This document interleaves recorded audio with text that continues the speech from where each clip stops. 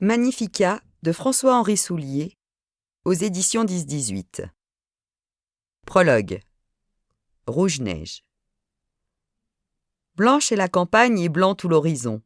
On dirait que la mer a englouti la terre entière dans un linceul d'écume blafarde et figée. Ni les arbres ne bougent, tout engainés de givre, ni le ciel pétrifié dans sa blancheur uniforme. Nombreux sont les jours et nombreuses les nuits depuis que la neige s'est mise à tomber. Nul ne s'aventure plus à pied ni à cheval par les chemins du comté. Nul n'a mémoire de pareil temps du diable en pays narbonnais. Cela fait pourtant plus d'une heure qu'Aldo chevauche à dos de mule dans la solitude et le silence frileux. Il y aurait grand péril à vouloir pousser au trot. À chaque pas, la pauvre bête enfonce dans la neige plus haut que le pâturon. Par moments, son cavalier se penche sur l'encolure et l'encourage de sa main emmitouflée de fourrure. « Va, ma belle, va !» lance-t-il chaque fois. Et la bouffée de son haleine se mêle à celle de la mule. Vivant nuage vite dissous dans l'air glacial. Ils sont partis tôt matin, profitant d'une accalmie du ciel. Cette mission, ils auraient dû la jouer au dé, lui et ses compagnons de la garde. Mais les autres n'ont pas voulu. « C'est à toi, Aldo, que revient cet honneur. »« Mais pourquoi ?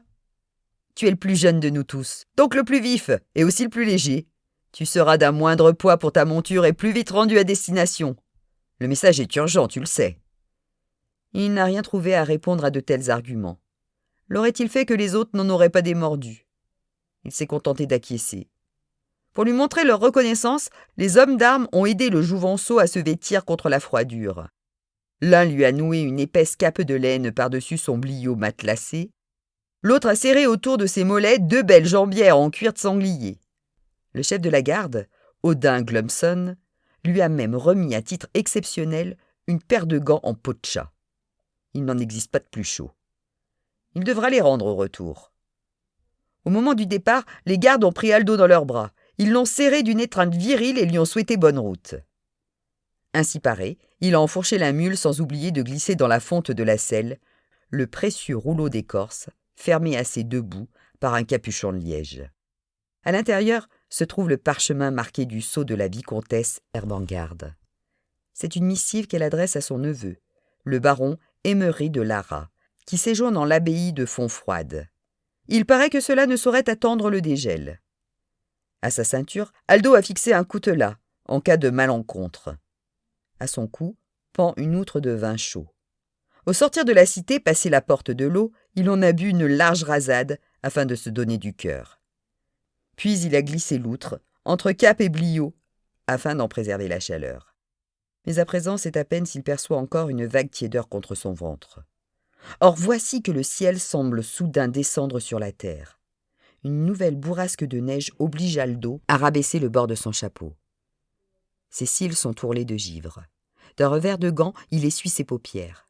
Il doit redoubler de vigilance pour éviter ornières et fossés à peine discernables dans le moutonnement du chemin. Heureusement, la mule a le pied sûr. Heureusement, Fontfroide n'est guère plus qu'à 1 lieue de marche. Le jeune homme a reconnu les hautes falaises qui entourent la combe d'Elpie. D'immenses draperies de cristaux ornent les roches bleues, tandis qu'au bas de la vallée, en place du ruisseau, serpente un ruban de glace plus dur que de la pierre. Et la danse des flocons s'affole dans la morsure de la bise. Il faut se hâter. « Va, ma belle, va! À toi la bonne paille de l'écurie! À moi la chaude soupe des moines !» dit Aldo dans un souffle à l'oreille de la mule. Mais alors qu'il se redresse, une vive douleur le prend entre les épaules, comme un coup qu'on lui aurait porté. Sous le choc, il a rejeté sa tête en arrière. Son chapeau s'est envolé au vent furieux. Aussitôt, la douleur se répand dans toute sa chair. Il baisse le menton et ce que voient ses yeux est une chose horrifiante. Une pointe de flèche a jailli au beau milieu de sa poitrine.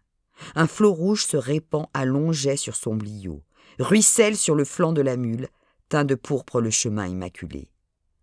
L'outre est percée, pense-t-il alors que c'est son propre cœur qui le fuit. Quel dommage! Un si bon vin! L'instant d'après, comme s'écroule un arbre sous la cognée, le jeune messager choit dans la neige rouge.